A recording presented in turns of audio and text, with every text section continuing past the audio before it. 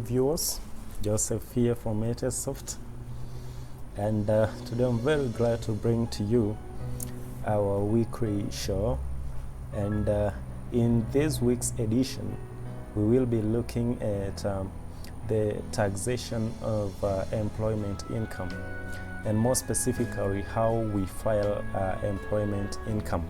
Well, to do that, viewers, we need to appreciate some facts here. Number one, for you to be able to file your returns correctly, you need to be given a document we call P9. Now, P9 form you get from your employer. For all those people who are employed, it is mandatory for you to be given. It is your right to be given a P9 form. Well, it's not always the case, and sometimes your employer will not give you the P9, and for those who are lucky, you may get one. But nonetheless, to file your taxes, if all your income is from employment, then even if you don't have a P9 form, you don't have a problem. Why? Because KRA has simplified things for you. You'll find that so long as your employer deducts taxes from you, and they submit those taxes to KRA, all that information is in the KRA database. Okay, so this step that I'm going to show you is specifically for you if, firstly, your employer has been deducting your pay as you earn from your salary. Number two, your employer must be remitting the returns to KRA. Otherwise, if they have not been remitting the same, then KRA database lacks those deductions, those tax deductions. So you cannot use this process. So it is very important to ensure, firstly, that you have been deducted the taxes and they have been actually paid to KRA. Well, if you go through the process that I'm going to show you and you find that the system does not have any of your records, probably you need to liaise with your employer and find out whether they remitted the taxes they deducted from you. That is very important. Now, without taking much time, I want us to go direct to the process on how we file your taxes, whether you have a P9 or not. And because some people have been asking me what this P9 document is, I think it would be disservice if I don't show you a sample here. There's a P9 form for a civil servant in Kenya. You can see it is for this year, 2018. All right? And as you can see, generally a P9 should contain all these information, but basically the taxpayer's name, that is your name, and then your ID number and your KRA PIN number here. All right, and then for instance, if you were to look at these, you can see the way this one has been arranged. This one we got from the Greece, the government HR system. That's where all government employees will find their P9 forms. You can see there is a tax date here. Okay, so this column shows the number of months you've been deducted taxes. You can see this column here shows the taxable pay.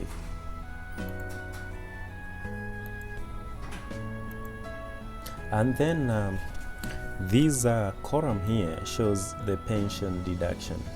All right, then this shows the pay as you earn, the taxes that have been deducted monthly. In this case, you see it's consistent, 2,500 throughout.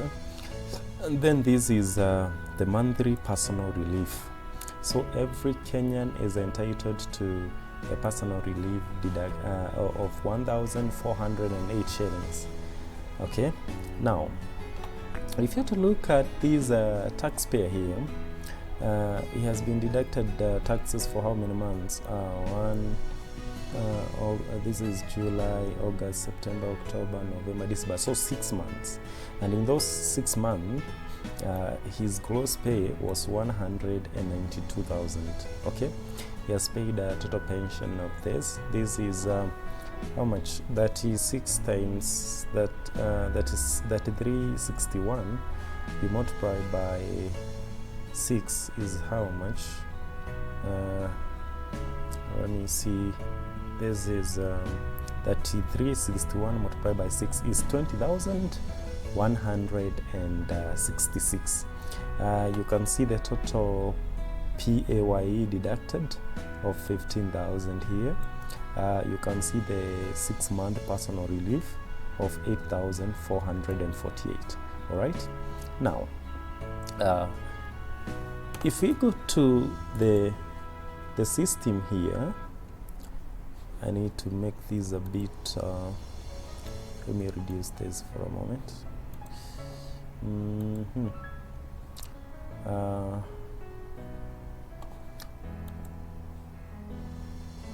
Yeah, it fits into my window perfectly now.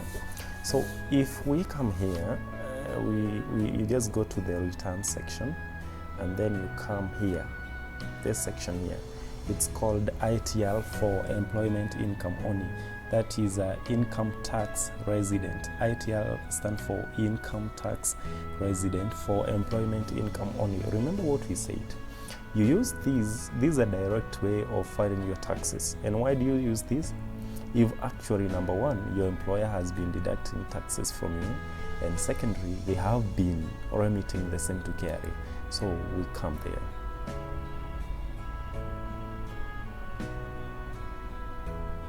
Well, after clicking there, you just come and fill the tax period.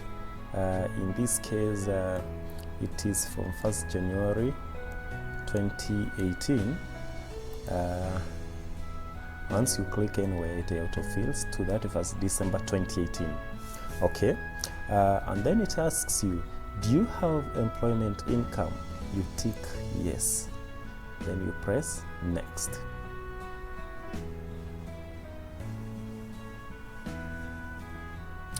Perfect. Now, this is a clear indication. You see, it has pulled out the various sections. Okay. Now, our work is very easy now because we are just supposed to populate things here. Has your employer provided you with a car? Well, this guy doesn't have a car. Do you have a home ownership savings plan? Absolutely no. Do you earn any income from foreign country? The guy says no.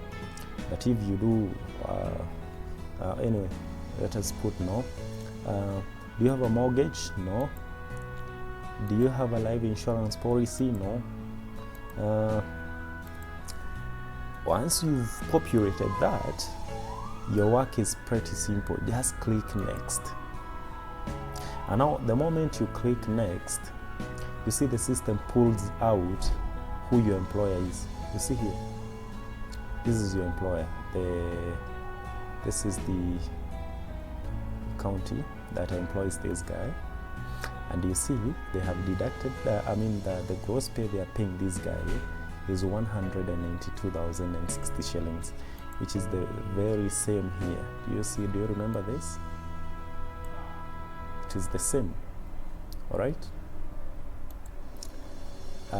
So ours is to click next. All this information is in the KRA database. And then there's a section M, details of PAYE deducted at source from salary. You see they're indicating it is 15,075, which is exactly this one here. Do you see? All the information is in their system. Next thing is to click next, and now it takes us to details of income tax paid in advance. If you have paid any taxes in advance, it's good. You can input the registration details here. Okay, but for a case we don't have such a stuff, that is for another day anyhow. So just click next. Now the next thing is to fill this section. You see the tax computation. All right, now you're just supposed to fill two things. Number one is the pension contribution. If you have to look at this friend of ours here, he has been getting a pension deduction of 33.61, which we for 6 months we added, and it was tallying to how much? 20,166. So I just come here and I input 20,166, and wow, perfect. And then the next thing I am supposed to fill is personal leave, and all these things we are getting them from this system here. I mean from the P9 form. Okay, but if you don't have the P9 form, you definitely know for how long you've been in employment. If it is the whole year, you are going to input 80 for the whole year. I think it is 16,000 and something. I would need to confirm. Alternatively, you can come here and see how much exactly. If I input a bigger amount, more than a figure that is exceed the normal rate for a whole year, it's not going to accept it. For instance, when we put 20,000 there for a whole year, you see, it tells me the amount should not exceed 16,896. So 16,896 is for the whole year. All right. So if you've been in employment for a whole year, definitely here you're going to input 16,000 or whatever that figure was. All right. Now, most of these are, if say you come from a private entity that only pays for you NSSF, then definitely they normally deduct 200 shillings. So if they deduct 200 shillings from you, that is going to be 200 times 12 months. That is 2,400. So that is what you're going to input here. All right. But in this case, our friend, his was 2166, and then the personal relief was 8448. All right. And the moment we input that, it's supposed to show us the tax due or refund due. In this, if it is a positive, it shows the amount of money that you are yet to remit to KRA as tax. You should pay that. Or your employer is yet to remit to KRA. If it is a negative, it shows that you have a refund. KRA should refund you this amount of money. For example, in this case, our friend here is owed by KRA 5,118 shillings. All right. Why? We're just going by this P9 form or the information that we've been provided with. All right. Now, once we're satisfied with everything, we just click submit.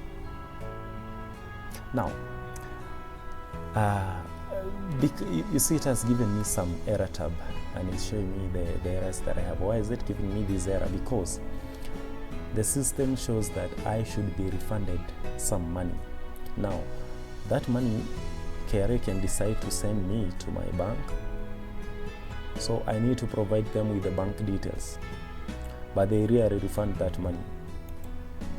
So let me just furnish them with my bank details, but in this case I just want them to pay me via M-Pesa. Yeah, you see there is M-Payment.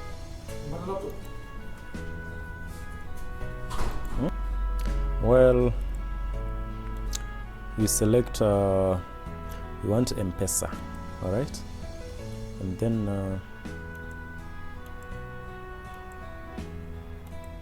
account name is let's type the account name.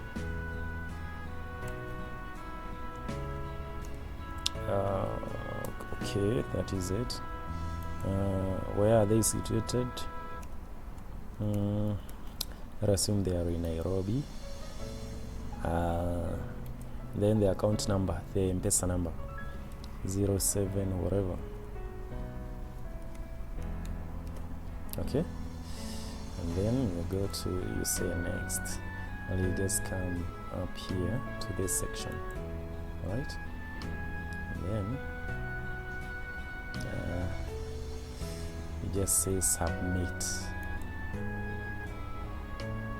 and then it asks you if you're sure to submit.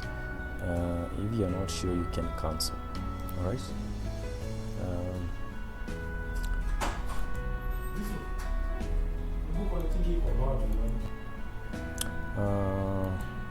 I've remembered there is something I didn't input correctly on this section of name.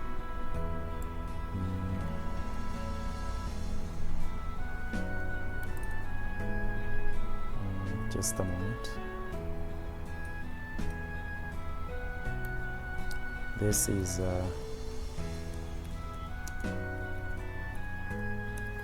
yeah, I'm good to go now. I can now submit successfully. Submit, and then I press OK. I'm convinced everything is alright.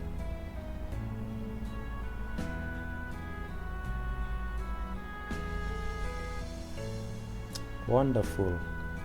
Return receipt generated. And now I can be able to download the return receipt with no problem.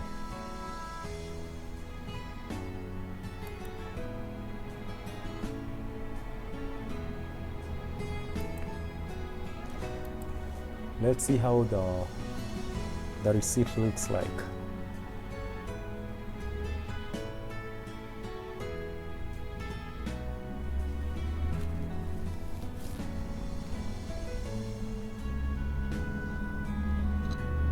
It's taking so long.